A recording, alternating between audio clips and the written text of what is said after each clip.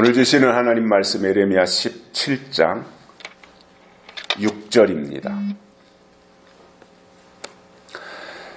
그는 사막의 떨기나무 같아서 좋은 일에 오는 것을 보지 못하고 광야, 간조한 곳, 건건한 땅, 사람이 거하지 않는 땅에 거하리라. 아멘. 한 주간 동안도 평안하셨습니까? 영국의 국왕이었던 제임스 1세라는 왕이 있었습니다. 그는 놀랍게도 성경을 번역한 왕이었습니다. 성경의 그 번역본 중에서 원래 성경은 이제 하나의 기록으로 남아있는 것을 계속해서 이제 번역을 하지 않습니까? 사해사본도 나왔고 마소라사본도 나왔고 그것을 이제 각 나라마다 다 자기 나라 말로 성경을 번역하잖아요. 마틴 루터 같은 경우에는 독일어로 번역을 하고, 근데 영국에서는 제임스 1세라고 하는 이 왕이 성경을 번역했는데 그 성경의 이름이 가장 원본에 가깝다고 하는 킹 제임스 번역입니다. 원본과 가장 가깝다 그래요. 킹 제임스 성경.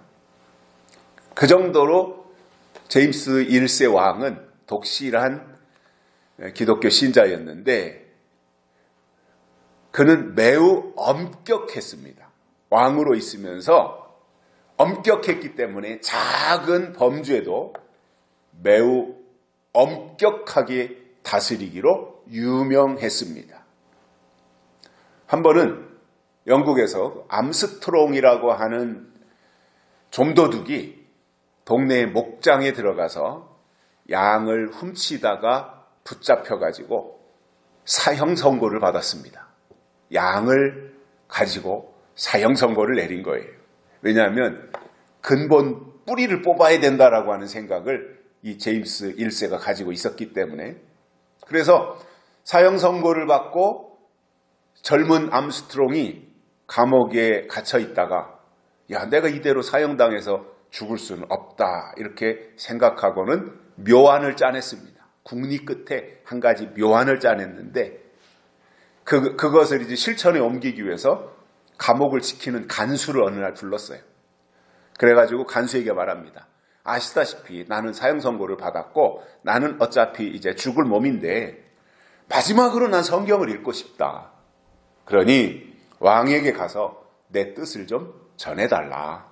이렇게 간곡하게 이야기를 했고, 그 간수가 드디어 왕에게 찾아가서 그 자초지종을 다 얘기했더니 왕이 그 소식을 듣고는 야, 참 기특한 죄수로구나. 그에게 성경을 주어라. 그리고 그가 그 성경을 다 읽고 나면 사형에 처하거라. 이렇게 배려를 했습니다. 암스트롱은 그날부터 이제 성경을 받아들고 읽기를 시작했는데 1년이 지나도 사형을 집행할 수가 없었어요. 왜냐하면 이 암스트롱이 하루에 한 절씩만 읽는 거예요, 성경을. 제가 이 내용을 한번 계산을 해봤어요. 성경을 하루에 한 절 읽으면 몇 년 걸릴까 계산해 보니까 성경이 창세기서부터 요한계시록까지 권수로는 66권입니다. 구약이 39권, 신약이 27권 해서 66권이고요. 장수로는 1189장이에요.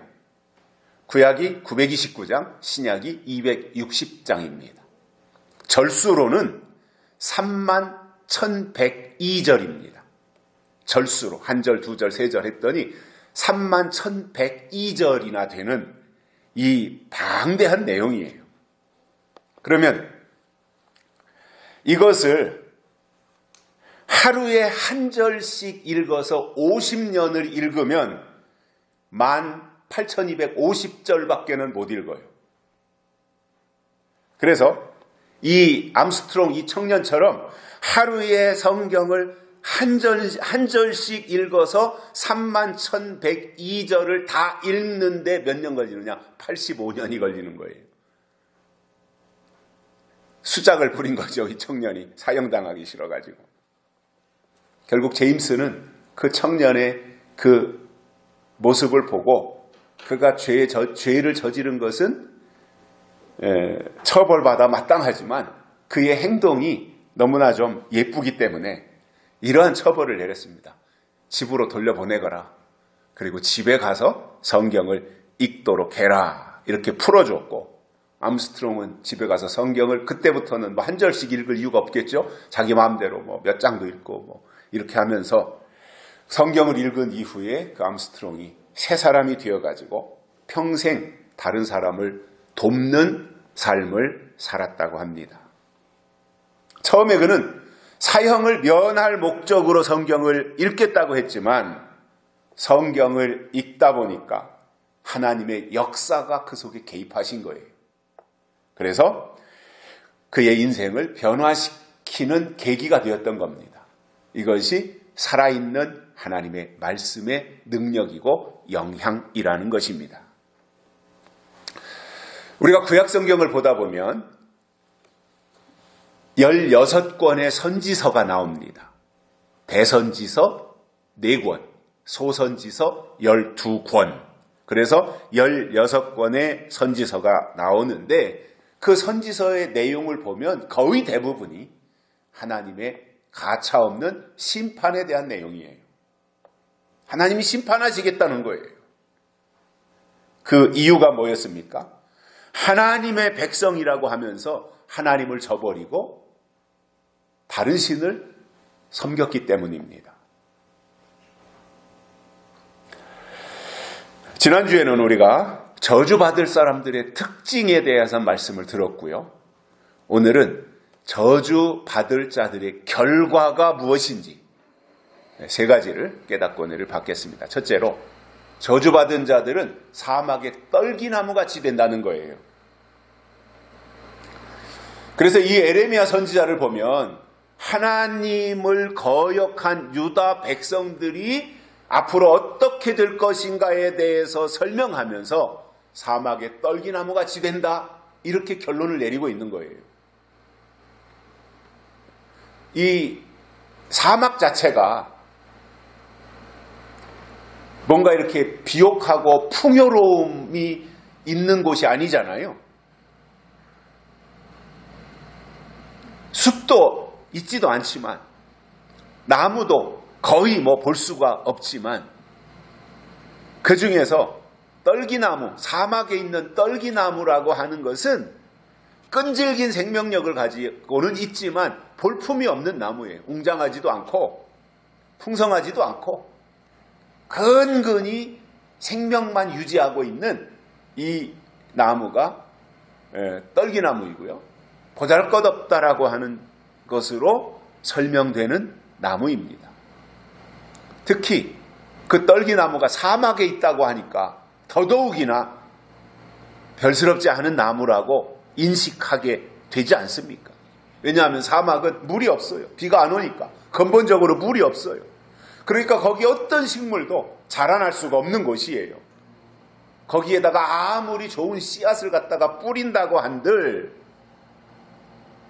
수분이 없으니까 싹을 틔울 수 없는 것이고, 또 어쩌다 혹시나 한두 개 떡잎이 올라왔다고 하더라도 떼약볕에 금세 다 타 죽어버리고 말 것입니다. 이게 무슨 말씀이냐면 우리의 심령이 하나님이 주시는 은혜가 없으면 사막과 같이 된다는 거예요. 그런 상태로 아무리 교회에 소속을 두고 예배에 참석하고 또 하나님의 일이라고 한다고 한들 거기에 사막과 같은데 성장이 있겠으며 결실이 있겠느냐 말이에요. 아무것도 기대할 수 없는 곳이 사막이잖아요. 우리의 심령이 하나님이 주시는 은혜의 단비가 없으면 교회 생활 여부와는 상관이 없이 사막과 같이 된다는 거예요.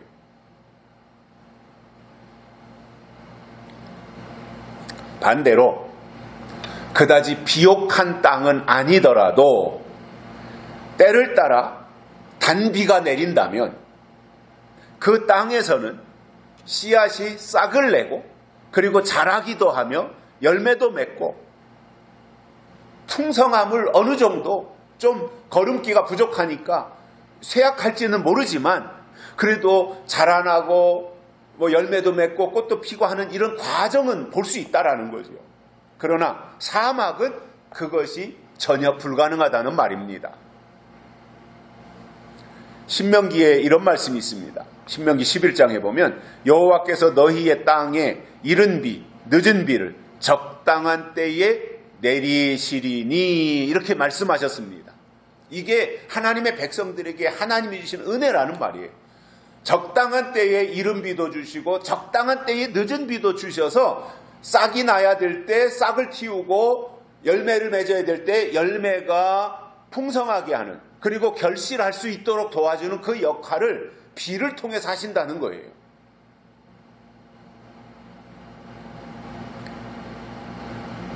아모스 선지자는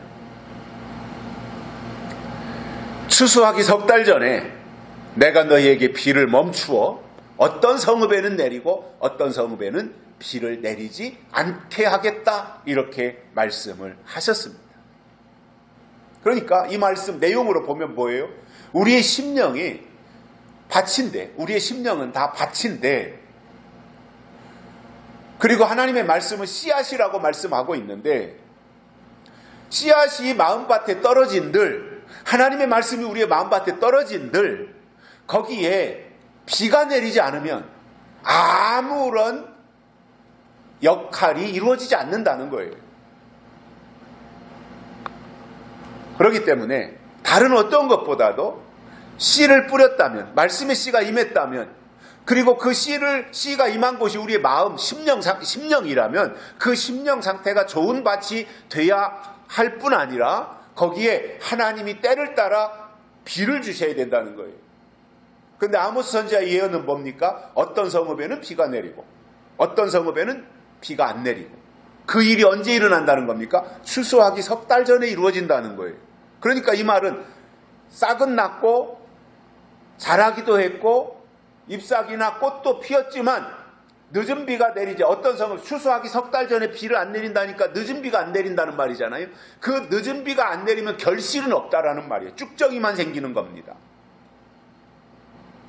지금까지 교회 생활을 통해서 하나님을 알고 하나님을 의지하고 하나님을 믿고 왔다면 그건 이른 비의 영향 속에서 여기까지 온 거예요. 교회 시대에. 그런데 이제 막바지에 이르러서 추수하기 석 달 전에 하나님이 주시는 늦은 비가 있어야 되는데, 이른 비는 모든 교회에 다 주셨다면 늦은 비는 어떤 성읍에는 주시고 어떤 성읍에는 안 주신다는 거예요. 즉 어떤 교회에는 늦은 비가 내리지만 어떤 교회에는 늦은 비가 없다는 말입니다. 그렇게 되면 열매가 있는 교회와 열매가 없는 교회로 구분이 된다는 겁니다.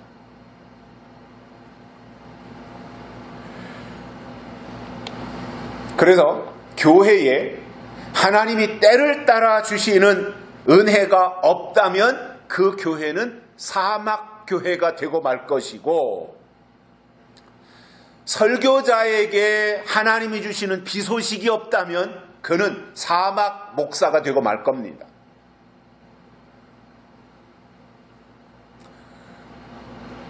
아무리 지금 중동이나 이런 데 가면 사우디아라비아라든가 이란이라든가 이런 중동 지역 국가를 가면 사막이 많아요. 그쪽에는. 아프리카에 가도 그렇고요. 그런데 이제 기술이 발달해가지고 관계시설을 만들어서 지하수를 뽑는다든가 아니면 저 다른 나라에 있는 강물, 넘쳐나는 강물에 배수로를 만들어가지고 거기다가 큰 이 배관을 설치를 해서 물을 그쪽으로 끌어들여서 사막에다가 물을 내기 시작하잖아요. 그래서 놀라운 변화가 뭐예요? 푸르른 식물들이 거기서 자라난다는 거예요. 그러니까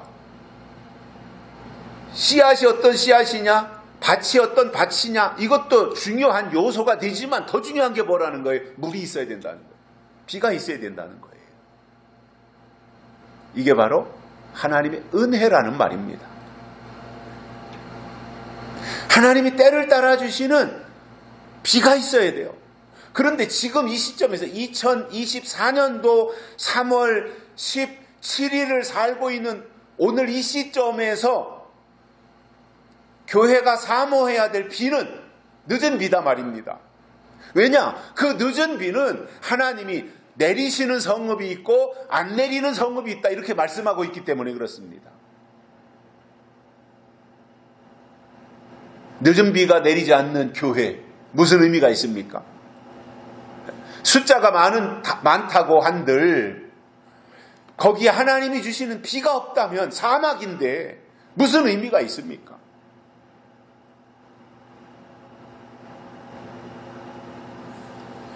그래서 저는 그런 생각을 합니다. 우리가 신앙생활 열심히 해야 되고 잘해야 되고 바르게 해야 되고 하나님을 겨냥해서 우리가 신앙생활 이어가야 되는 건 맞지만 그러나 이때 주시는 하나님의 은혜가 우리 가운데 있어야 된다는 거예요. 우리가 사막이 된다면 불행한 겁니다. 사막에서 기대할 것은 없어요. 거기에 푸르름이 있길 하겠어요? 열매가 있길 하겠어요? 꽃이 피우길 하겠습니까? 메마르고 황폐한 땅일 수밖에 없는 거예요. 심령 상태가 그렇게 된다면 하나님이 거기에 오실 수가 없는 겁니다. 또 떨기나무라고 하는 것은 우리나라의 찔레나 아니면 산딸기 정도의 그 나무로 보여지는데 가시덤불처럼 보잘것없고 볼품없는 나무가 떨기나무인데 그 떨기나무가 볼품없는 떨기나무, 유명세도 없는 떨기나무가 모세 때문에 유명해졌어요. 출애굽기 4장에 보면 하나님이 모세를 부르시는데 모세야 모세야 너 선 땅은 거룩한 땅이니 내 발에서 신을 벗으라 이렇게 하나님이 모세 앞에 나타나셔서 모세를 부르시는데 그때 하나님이 떨기나무 불꽃 가운데 나타나셔서 모세를 부르셨다 이렇게 성경은 말씀하고 있습니다. 저는 그런 생각을 해봤습니다. 이왕에 하나님이 오셔서 모세를 통해서 지금 큰 일을 계획하고 계시잖아요. 출애굽이라고 하는 하나님의 백성들을 구출해 내려고 하는 이 어마어마한 계획을 진행하기 위해서 모세를 부르신다면 좀 더 근사하게 부르실 수도 있잖아요. 멋있게.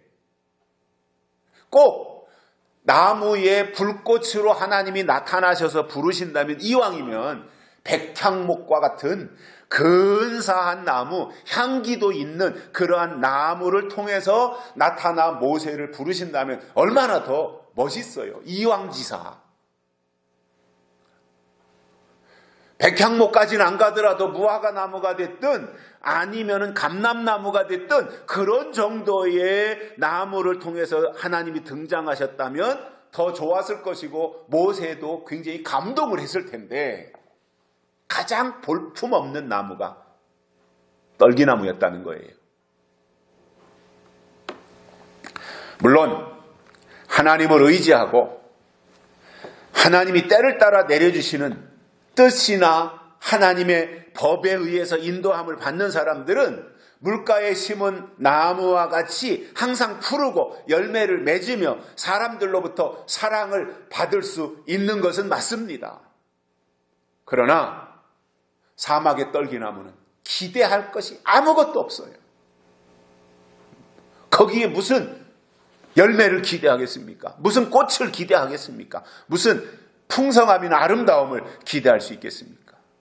그런데도 떨기나무에 불이 붙었고 그 불꽃 가운데로 찾아오신 하나님을 모세가 만나면서 모세의 삶의 변화가 시작됐던 겁니다. 어떤 나무냐? 나무가 중요한 게 아니라는 거예요. 하나님이 찾아와 만나주시느냐? 하나님이 소명하셨느냐? 하나님이 그를 부르셨느냐? 이게 제일 중요하다는 거죠.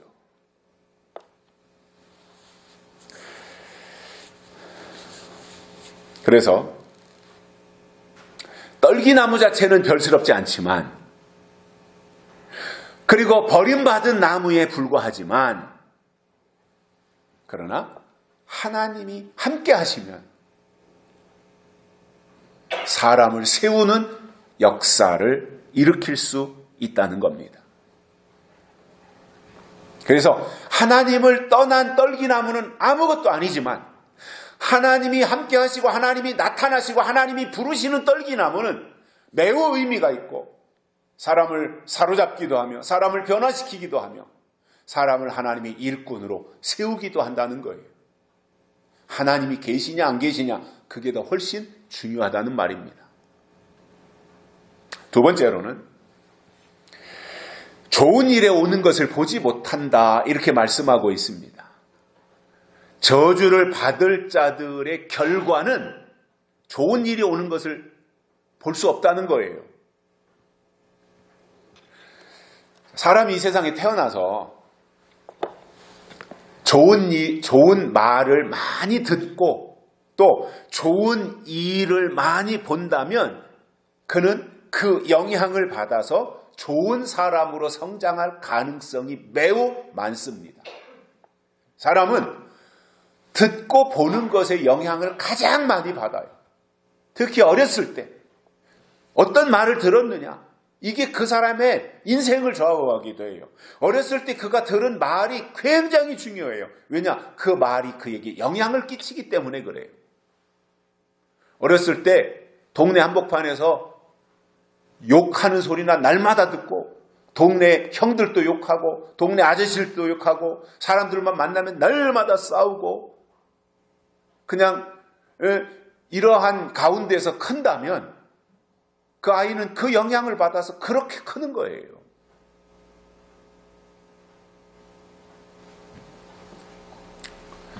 그런데 좋은 말을 듣는다, 좋은 것을 늘 본다, 이렇게 되면 그는 보고 들은 것이 그거니까 그렇게 자라나고 또 그런 말을 하고 또 자기가 들은 것에 대해서 생각하고 발전하고 그렇게 자기 자신을 만들어가고 다듬어가고 키워가는 거예요.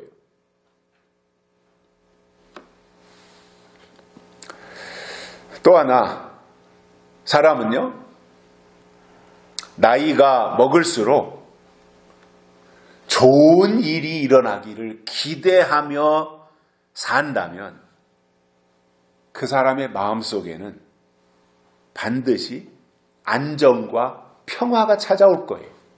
좋은 일을 기대하며 산다면, 나한테 불행한 일이 닥칠까봐 걱정하고 나한테 예기치 못한 나쁜 소식이 올까봐 늘 불안해서 염려하고 살아간다면 그가 무슨 마음 편함이 있겠으며 잠시 한시도 불안해서 벗어날 수가 있겠습니까? 그러나 그 생각을 바꿔가지고 나한테 오늘도 좋은 소식이 올 거야, 나한테 오늘도 좋은 일이 일어날 거야, 좋은 말을 들어야 돼, 이러면서 산다면 그는 생각하는 것 자체가 좋은 생각으로 지금 방향을 바꿔서 가고 있기 때문에 그 마음에 안정과 평화가 찾아온다는 거예요. 근데 여기서 그냥 그 상태로만 머물러 있을 것이 아니라 그런 기본적인 생각을 가지고 나아가지만 막연하게 좋은 일에 대한 기대만 할 것이 아니라 그가 어떻게든지 좋은 사람들을 만나고 좋은 이웃을 두고 좋은 사람들과 좋은 대화를 많이 나누며 좋은 생각을 하고 있다면 그에게는 좋은 일이 찾아올 겁니다. 왜냐하면 사람은 생각의 영향을 받기 때문에 그렇습니다.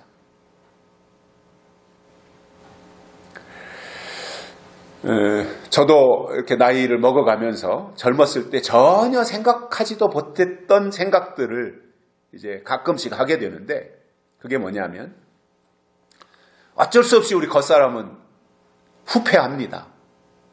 겉사람은 숙성돼 가는 거예요. 없던 주름살도 생기고 뭐 시력도 떨어지고 청력도 떨어지고 후각도 떨어지고 입맛도 떨어지고 모든 이 활동하는 범위도 좁아들고 여기저기 아프고 어쩔 수 없이 나이가 든다고 하는 것은 호르몬 변화에 의해서 노쇠 현상이 올 수밖에 없는 거예요. 그건 당연하니까 우리가 받아들여야 되고 또 어떠한 그것이 더 빨리 진행이 되지 않도록 관리를 하는 것뿐이지 그것이 전혀 나에게 찾아오지 않는다고 하는 것은 불가능한 일이죠. 왜냐? 태어나서부터 사람이 모든 삶을 마치고 죽을 때까지 그 사람을 지배하는 중요한 요소 가운데 하나가 호르몬이거든요. 내가 뭐 사춘기를 맞이하고 싶어서 사춘기가 왔겠습니까? 그 나이 때가 되니까 호르몬에 의해서 자동적으로 사춘기가 오는 거예요. 갱년기를 내가 기다렸고 갱년기를 맞이하기 위해서 갱년기가 오는 것이 아니라 호르몬 변화에 의해서 그 나이 때가 되면 그런 현상이 나타나는 것이지 않습니까? 그러니 나이를 먹으면서 인정할 것은 인정하고 받아들일 것은 받아들여야 되잖아요. 겉사람이 후패한다. 사람이 늙는다. 늙었다는 것은 또 다른 말로 하면 숙성되는 거니까 나는 지금 숙성되고 있다. 잘 익어가고 있다. 이렇게 생각을 하면서 속사람은 날로 새로워지도록 이렇게 스스로를 관리하면서 바라는 좋은 일이 나에게 일어나기를 바라는 마음을 가지는 것은 아마도 사람의 본능일 거라고 저는 생각이 들어요. 이왕 살아가는 거 나에게 나쁜 일이 생길까 봐 걱정하며 살 것이 아니라 오늘 하루 나에게 주어진 24시간을 아침이 눈을 뜨고 잠자리에 들기 전까지 그 나에게 주어진 시간 동안 우리가 하나님을 믿는 사람으로서 또 하나님의 약속을 기다리는 사람들로서 약속이 이루어지고 약속이 나타나기를 사모하고 있는 사람들로서 우리의 의식 구조가 우리의 생각 속에 우리의 마음 속에 하나님이 주시는 약속을 꿈으로 가지고 하나님이 하실 일이 무엇인지를 기다리면서 하나님의 역사가 좋은 일로 우리 앞에 나타나기를 기다리는 또는 기대하는 그러한 마음가짐이 무엇보다도 중요하다는 겁니다. 이왕이면 그렇잖아요. 왜 나쁜 일이 일어날까 봐 걱정할 필요가 뭐가 있습니까? 내일 지진이 나고 내일 이 화산이 폭발한다고 할지라도 오늘 내게 주어진 시간을 하나님의 은혜 안에서 행복하고 기쁘고 감사하게 살아가면 우리 할 도리를 하는 거잖아요. 또 내 주변에서 만나는 사람들에게 이왕이면 불쾌감을 줄 것이 아니라 기쁨을 주고 저도 사람들을 많이 만나는 편인데 어떤 사람들을 보면 늘 인상을 찌푸리고 사는 사람들이 있어요. 근데 어떤 사람은 딱 만나면 웃어주는 사람이 있어요. 얼굴에 미소를 던져주는 사람이 있어요. 누구에게 친근감이 갈 것 같습니까? 여러분들이라면 누구에게 친근감이 갈 것 같아요? 만났는데 늘 찌푸리고 말 한마디 하는 게 그냥 죽겠다는 말만 하고 이런 사람은 만나고 싶지 않을 거예요. 아마 누구나 다 똑같을 거예요. 그렇게 말하는 사람도 그런 사람은 만나고 싶지 않을 거예요. 그런데 그 생활이 여유롭지 않은데도 불구하고 사람을 만나면 미소를 주고 웃어주고 한마디 이렇게 인사도 해주고 이렇게 하면 그런 사람들에게 사람은 호감을 가지는 거예요. 요즘 지금 우리가 이제 4월 10일 날 국회의원 선거를 앞두고 이제 한 달도 채 남지 않은 가운데서 후보자들이 많이 활동하고 있는 시기인데 저는 그동안 이 선거를 여러 번 지금까지 치르고 후보자들을 대하고 만나고 하면서 느낀 것들이 있습니다. 절대로 똑똑하고 잘난 체하고 또 목에다 힘주는 후보는 유권자들이 절대 표를 안 줍니다. 그러나 겸손하고 약간 좀 내가 볼 때는 아유 저 사람 좀 저 제대로 선거나 치르겠어 이렇게 약간 좀 부족해 보이는 그런 사람들을 오히려 사람이 도와주고 싶은 마음이 일어나는 거예요. 그런 사람들이 당선이 되더라고요. 당선이 되고 나서 이 일은 누가 잘해요? 똑똑하고 잘난 사람이 잘하는 거예요. 일은. 그런데 국민들로부터 시민들로부터 표를 받는 것은 똑똑하고 잘난 사람들한테 표 안 주더란 말이에요. 저거 목이 곧네. 저거 거만해가지고 당선되면 저만 위해서 일하지 이 지역은 안 살필 것 같은 애. 이렇게 생각이 드는 거단 말이에요. 제 주변에서도요. 출마했다가 2번인가 3번 출마했다가 떨어진 사람이 있어요. 번번이. 아마 그분이 똑똑한 거로 말하면 대한민국에서도 손꼽힐 사람이에요. 박식하고 경우 바르고 아는 것 많고 법적인 지식이 아주 뭐 똘똘 뭉쳐 있는데 그분에게 국민들이 표를 안 줘요.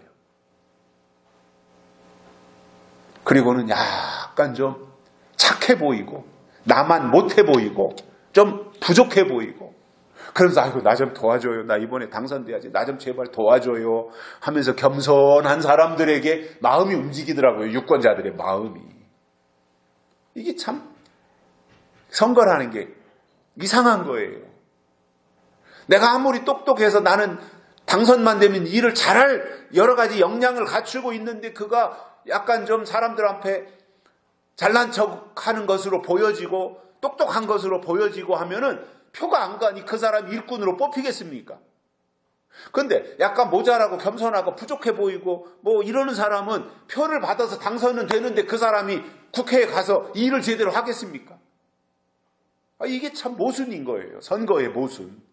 선거가 민주주의의 꽃이긴 하지만 이런 모순점도 있더라고 하는 것을 저는 발견을 하는데 이게 이제 사람의 마음을 움직이는 거잖아요. 그런 게.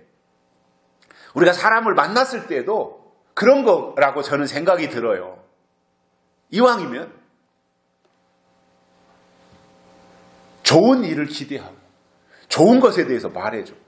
좋은 모습을 보여주고 이것은 미천이 들어가는 것도 아니잖아요. 우리의 삶 속에서 실천하면서 내 주변에 있는 사람들에게 뭔가 기쁨을 주고 도움을 주고 하는 이러한 모습들 이왕이면 사람을 만나는데 인상 쓰고 만날 것이 아니라 막 싸우자고 하는 사람처럼 그런 모습으로 만날 것이 아니라 좀 이렇게 부드러운 모습으로 만나주면 나도 기분 좋고 상대방도 기분 좋고 서로가 그 만남 자체가 사람은 사람과의 만남 속에서 뭔가가 이루어져 나가지 않습니까? 그러니까 그런 모습들을 만들어 가야 되는데 전혀 그것이 안 되고 있다면 그리고 사람 만나면 막 저주 비슷한 얘기나 하고 망해버리라고 그러고 그러니 잘 되겠어요.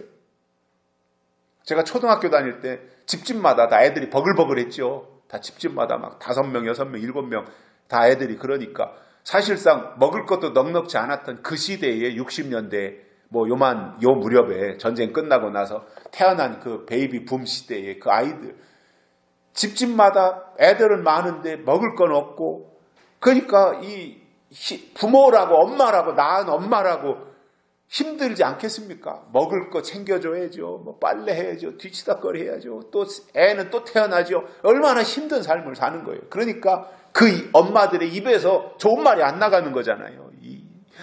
막 자기 자식을 향해서도 악담도 하고 욕을 하면서 이 주지럴 놈의 새끼야 막 이러면서 빌어먹을 놈아 막 이러면서 자기 자식들한테 그렇게 말했단 말이에요. 그러니까 이게 그런 환경 속에서 그런 얘기나 들으며 자란 아이들이 미래가 어떻게 되겠어요? 좋은 말을 들으면서 좋은 선한 영향력을 받으면서 커야 되는데 그렇지 않단 말이에요. 신앙도 똑같아요. 믿음은 들으면서 난다 그랬잖아요.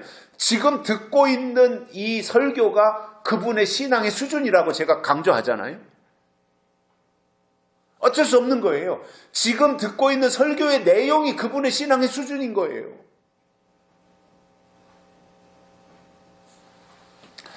요한계시록에 보면 좋은 일이 많이 나오는데 계시록에서 말씀하는 좋은 일이 이런 거예요. 7인으로 꼭꼭 봉했던 말씀이 때가 돼서 열려서 증거되는 거. 이 좋은 일이에요. 또는 하나님이 인치시는 역사. 이것도 굉장히 좋은 일이잖아요. 하나님이 하실 일들이 성경에 기록되어 있다가 기록되어진 그 말씀들이 이제 서서히 나타나는 거잖아요. 예수님이 재림하신다. 이것이 얼마나 좋은 일이에요. 그러면 좋은 일이 올 때 그 좋은 일이 오는 것을 봐야 되거든요. 왜냐하면 교회가 2000년 동안이나 오매불망하면서 예수님의 재림을 기다려왔어요. 이론적으로 잘 알고 기다렸던, 모르고 그냥 막연하게 기다렸던 교회는 예수님이 다시 오시기를 강조했고 기다려온 것은 사실이에요. 그래서 예수님의 재림은 교회에 주신 최고의 선물인데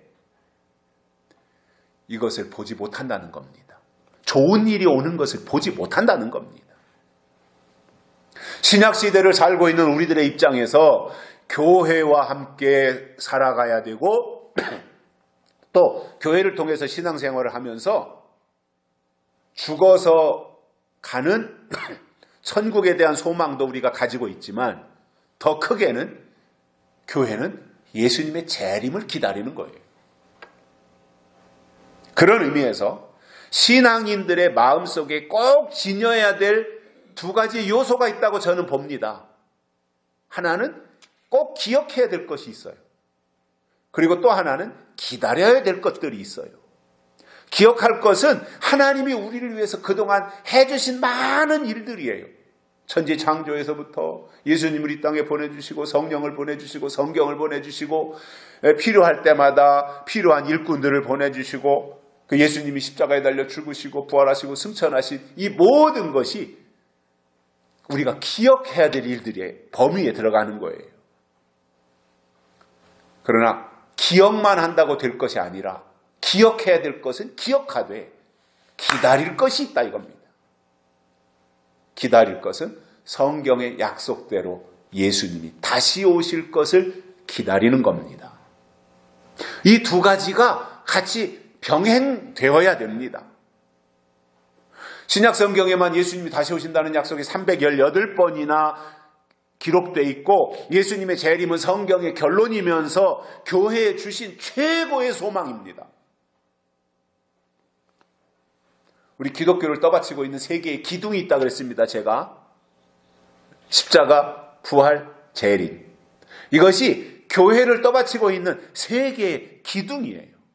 그리고 이 3가지는 오직 우리 기독교에만 있는 거예요. 그 중에서 예수님의 재림은 성경의 결론입니다. 그 예수님이 땅에 때가 되면 재림하시는데 다시 오시는데 예수님이 다시 오시는 목적이 2가지가 있습니다. 하나는 심판, 하나는 상급을 주기 위해서입니다. 자, 그러면 예수님이 신랑으로 오시는 사람들 있잖아요. 예수님이 다시 오시는 것을 신랑으로 맞이하는 사람들이 있잖아요. 우리가 슬기로운 5 처녀들을 보면 그릇에 기름을 준비했어요. 그릇에 기름을 준비한 그것으로 등불을 밝히고 다시 오시는 예수님을 신랑으로 맞이했습니다. 그것이 상급이었습니다.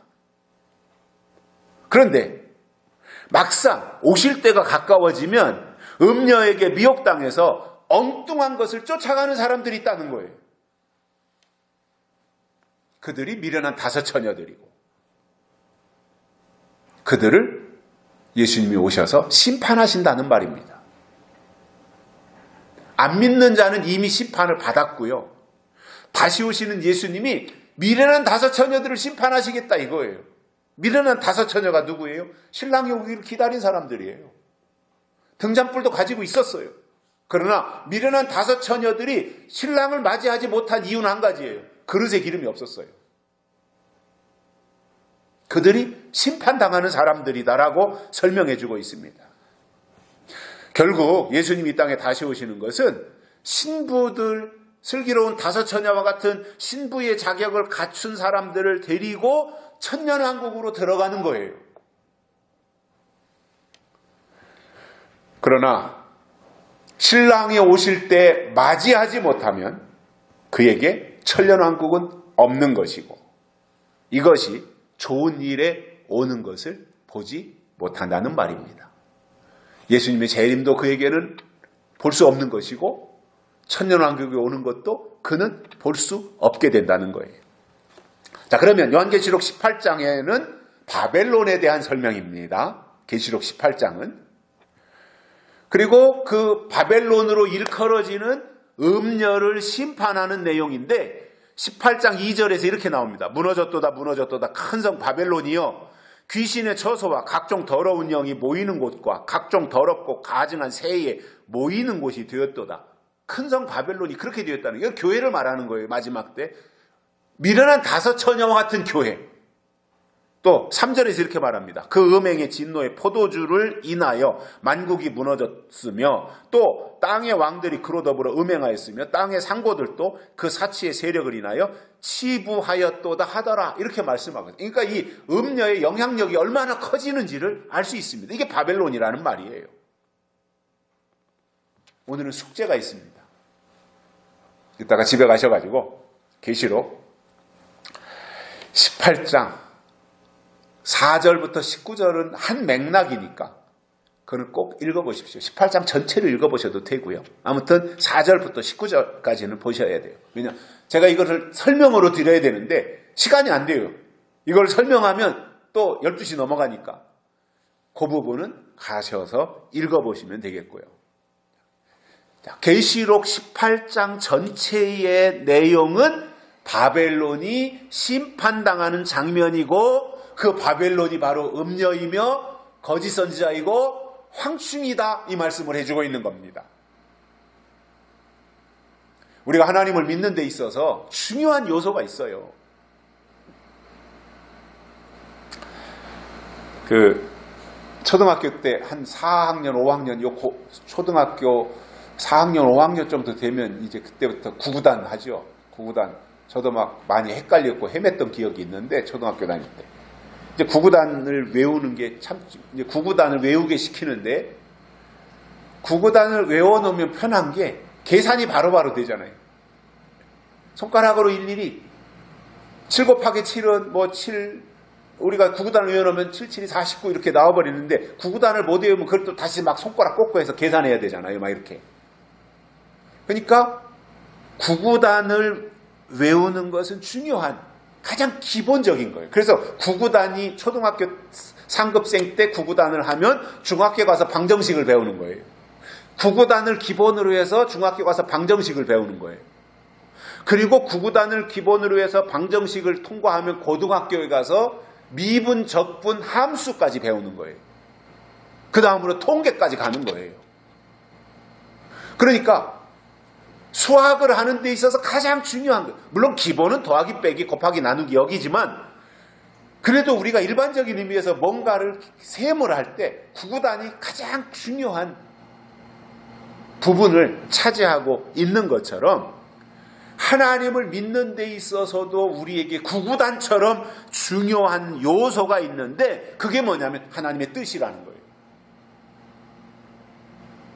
그리고 그 하나님의 뜻은 성경을 통해서 우리에게 주시기 때문에 하나님을 믿는다면 당연히 때를 따라 주시는 하나님의 뜻이 그 사람 속에 있어야 됩니다. 만약에 하나님을 내가 믿는다고 하면서 내가 교회에서 직분도 맡아가지고 있다고 하면서 이 시대에 주신 하나님의 뜻이 무엇인지 모른다면 그는 바벨론에 속한 자다 이렇게 생각하면 돼요. 하나님은 창세기에서 아담과 하와가 뱀에게 미혹당해서 낙원, 신락원이 되었어요. 낙원을 잃어버리고 에덴 동산을 잃어버려서 신락원이 되었는데 이것을 계시록에서 해를 입은 여자를 통해 큰 용의 미혹을 이기고 에덴 동산을 다시 회복해서 복락원을 이루시겠다고 하는 이것을 설명하고 있는 것이 성경인데 이것을 보지 못한다는 것은 잘못 믿는 것입니다. 그래서 창세기 1장, 2장, 3장에서 에덴 동산을 잃어버려요. 선악과 뱀에게 미혹당해서 선악과 따먹고 잃어버려요. 그것을 요한계시록 맨 뒤에 있는 20장, 21장, 22장에서 다시 회복시키는 거예요. 이 역사, 이 과정을 창세기에서 잃어버린 에덴 동산을 계속 계시록에서 회복시키시는 이 내용을 설명한 것이 성경이에요. 세 번째로는 사람이 거하지 않는 땅에 거한다, 이렇게 말씀하고 있습니다. 자, 광야라는 말이죠. 광야는 사막인데 거기는 사람이 살 수 없는 메마른 땅이고, 거기에 사람이 거한다는 말은 하나님의 도움이 없이 버려진 상태를 의미합니다. 광야는 물도 없고 농사도 되지 않기 때문에 잠깐 거쳐가는 곳은 될지 모르지만 거기에서는 정착해서 살 수 없어요. 특히 간조한 땅, 건건한 땅, 이렇게 말하고 있어요. 간조한 땅은 바짝 메마른 땅이라는 말이에요. 바싹 메마른 땅. 물기가 하나도 없이 바싹 메마른 땅이 간조한 땅이고, 건건한 땅은 소금기가 있다는 말이에요. 건건하다 그러잖아요. 그러니까 거기에는 간조하고 건건한 땅은 생명과 기쁨과 위로가 없는 곳이라는 말입니다. 자, 그러면 땅은 그렇다 치고 교회가 간조하고 건건하다면 거기에 영적 생명이 잉태되겠으며, 믿음 생활을 한다는 사람들의 심령 상태가 간간하고 건조한 땅이 된다면 거기에 하나님의 은혜가 임하겠냐는 거예요.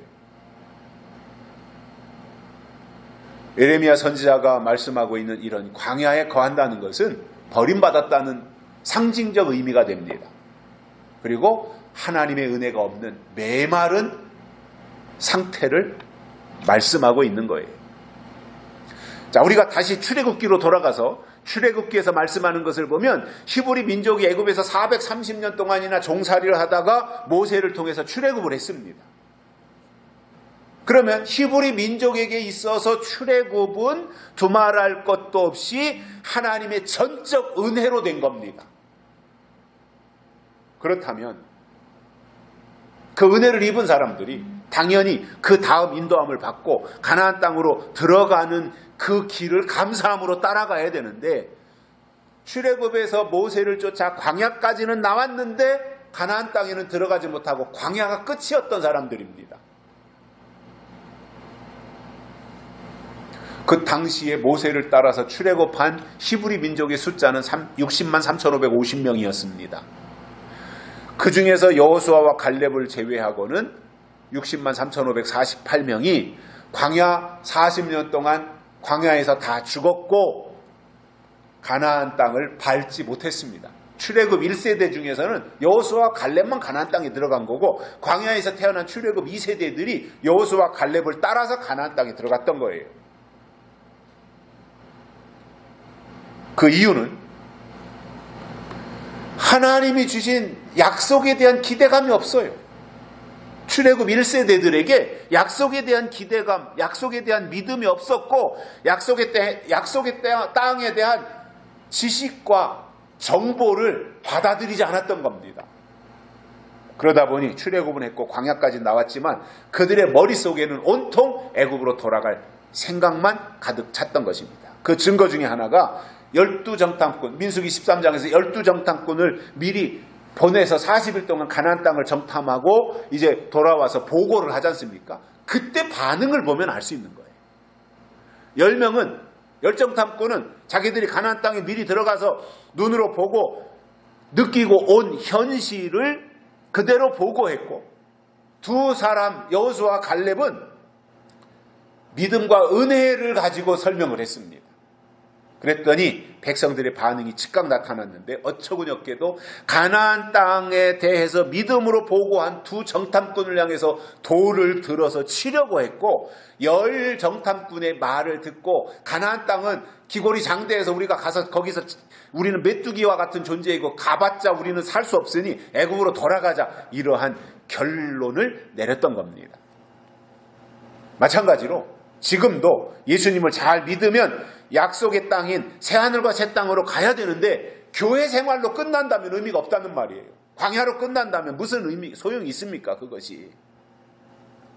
제가 오늘 이 자리에서 혹시 매장을 당하고 맞아 죽을 말을 한 가지 해야 되겠어요.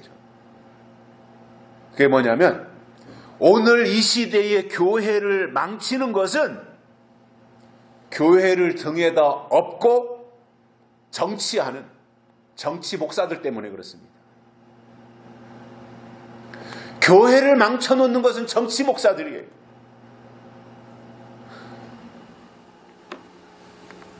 이 정치 목사들이 괴물로 변해가지고 주의 이름을 내세우기는 하지만 그들이 음녀이고 거짓 선지자이며 저주받을 사람들이에요.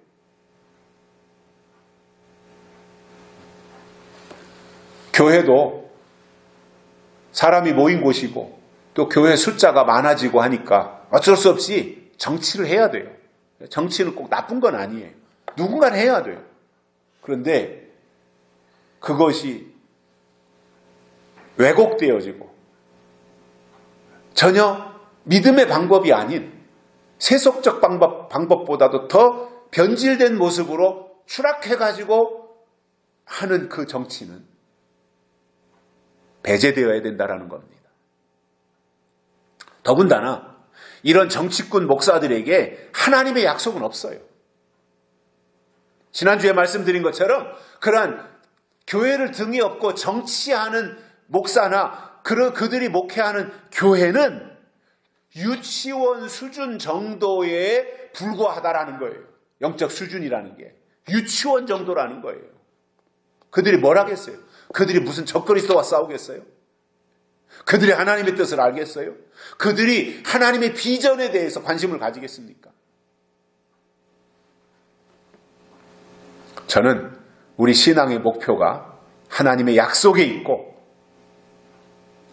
천연왕국과 새하늘과 새 땅에 있기 때문에 장성한 우리의 신앙이 되어야 된다. 장성해야 된다. 하나님이 주시는 약속으로, 하나님이 주시는 말씀으로 우리 심령이 장성해서 대학교 과정 마치고 대학원 과정도 마치고 박사 과정에 가서 박사학위를 받을 수 있는 그 성숙한 장성한 그 단계까지 가야 하는 것이 하나님의 뜻이고요.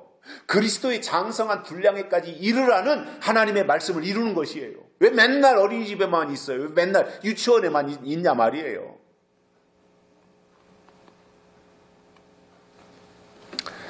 결론으로 하나님의 저주가 임하면 그 결과로 사막의 떨기나무같이 되어지고 좋은 일이 오는 것을 보지 못한다고 하는 이 말씀들을 우리의 마음판에 새기고 마지막 나타날 바벨론의 미혹, 음력, 거짓 선지자의 황충이의 미혹을 이기고 다시 오시는 주님을 맞이하는 은혜가 있기를 주의 이름으로 축복합니다. 살아계신 하나님 감사합니다. 오늘 또 우리를 불러주시고 하나님의 말씀을 듣게 해주셔서 감사를 드립니다.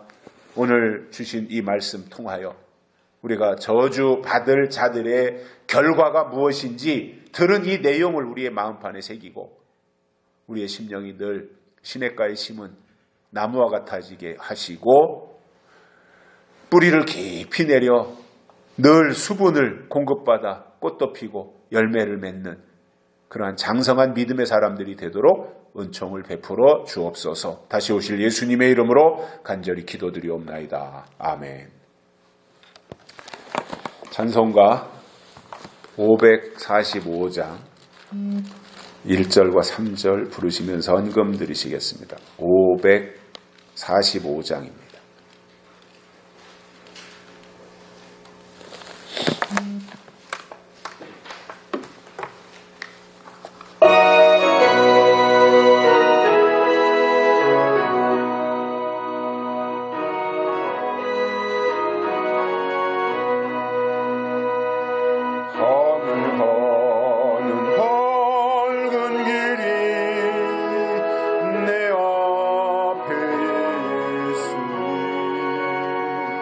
슬픈 일을 많이 보고 늘 고생하여도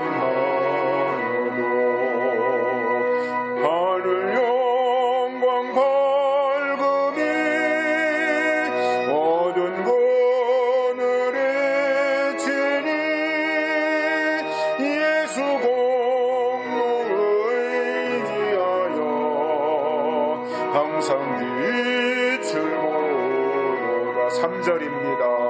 내가 전성 바라보고 가까이 왔으니 아버지의 영광 집에 가실 망이로다. 나는 부족하여도 영접하실 터